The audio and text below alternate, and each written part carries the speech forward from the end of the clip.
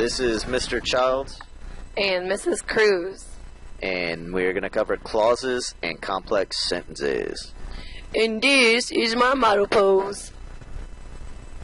To start off with is something we've done before. It is independent clauses. The definition is a complete sentence, a simple sentence. So our example here, Honey Boo Boo is spoiled. Okay, so a dependent clause, this is a little bit of a review. It's a group of words that contains a subject and a verb, but it is still a fragment. But it has to begin with either a subordinating conjunction or a relative pronoun. Those two words are new. That's new for you. That's why they're in red. So an example of a dependent clause is even though she kisses turtles. So we have even though, which is the subordinating conjunction. We have she, which is the subject, and kisses, which is the verb, and that whole group of words is a fragment. So it meets all the requirements for a dependent clause. So even if you have a simple sentence like she kisses turtles, you can go ahead and ruin it by adding the subordinating conjunctions. Dependent clauses continued. A subordinate clause, also called a dependent clause, will begin with a subordinating conjunction or a relative pronoun and will contain both a subject and a verb. Oh, what did you say? They will contain both a subject and a verb. It will not form a complete sentence. Readers will want additional information to finish the thought. So, what are subordinating conjunctions? They are specific conjunctions that turn simple sentences into fragments. They are not coordinating conjunctions, and they are not conjunctive adverbs. We'll give you a list in a minute. Well, why would you want to ruin a perfectly good simple sentence with a subordinating conjunction by making it a fragment? You do that to add sentence variety. You can connect two ideas by making one of the ideas subordinate or less important than the other. So you can have a really fancy sentence. Miss Kruse needs to go take a drink of water real quick. So, subordinating conjunctions. This is the list, and we're not going to read it to you because you can read, and it's right in front of you. But the one before is in blue because we used it as an example. I was Angry Bird before it was cool. So before it was cool is the dependent clause. I was angry is an independent clause. You join them together and you have a way cool sentence. And even though we're not going to read these to you, it really wouldn't hurt for you to memorize them because you're going to have a hard time picking out dependent clauses in sentences if you don't know these words. Okay, this is a really boring slide, so obviously Mr. Childs must have made this one, but relative pronouns are a really short list, which makes them easy to remember. That, which, whichever, who, whoever, whom, whose, whosever, and whomever.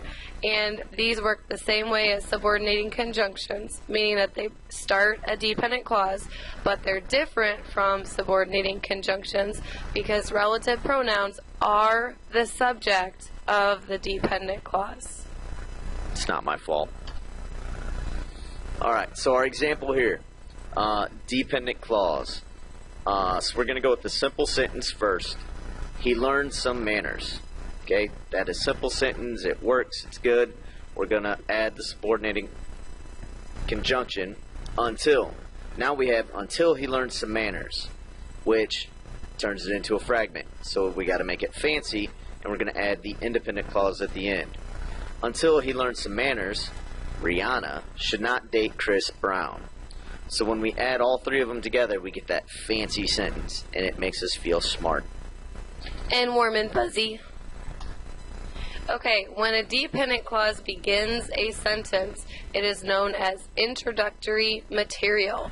So it needs to be followed by a comma. For example, this is the Lorax speaking for the trees. Unless someone like you cares a whole lot, comma, it's not going to change. It's not.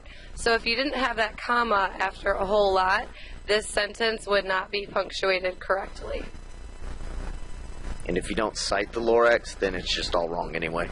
Plagiarized.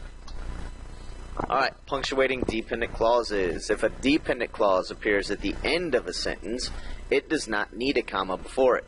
So example, Carrie Underwood should not quit her job as a country singer to become an actress, unless she wants to make a fool of herself. Jesus, take the wheel!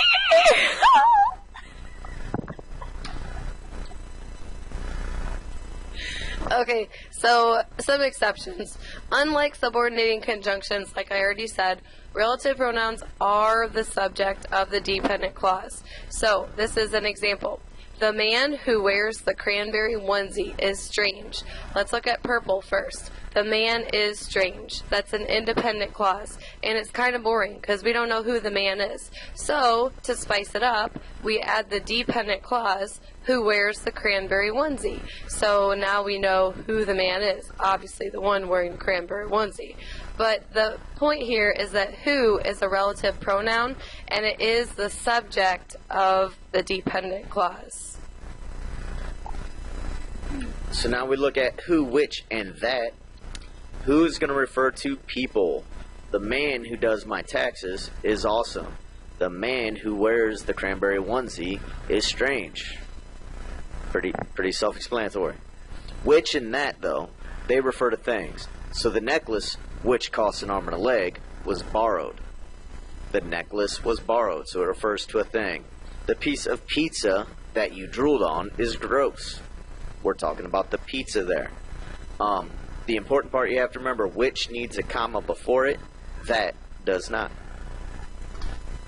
Okay, so we've talked about simple sentences, we've talked about compound sentences, now we're stepping it up and we're talking about complex sentences. Sentences are called complex, and we refer to them as CX if we're writing, if they are composed of one dependent clause and one independent clause. So the formula is complex sentence equals one dependent clause plus one independent clause for all you math people. So an example sentence again is, I do not like green eggs and ham, which is the independent clause, because I dislike food coloring, which is the dependent clause. Because remember, I dislike food coloring is a simple sentence which we make into a fragment by adding because, the subordinating conjunction. And it's all about being all natural.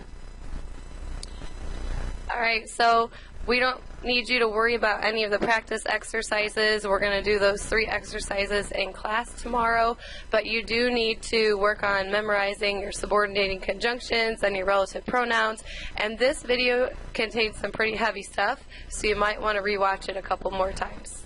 See ya!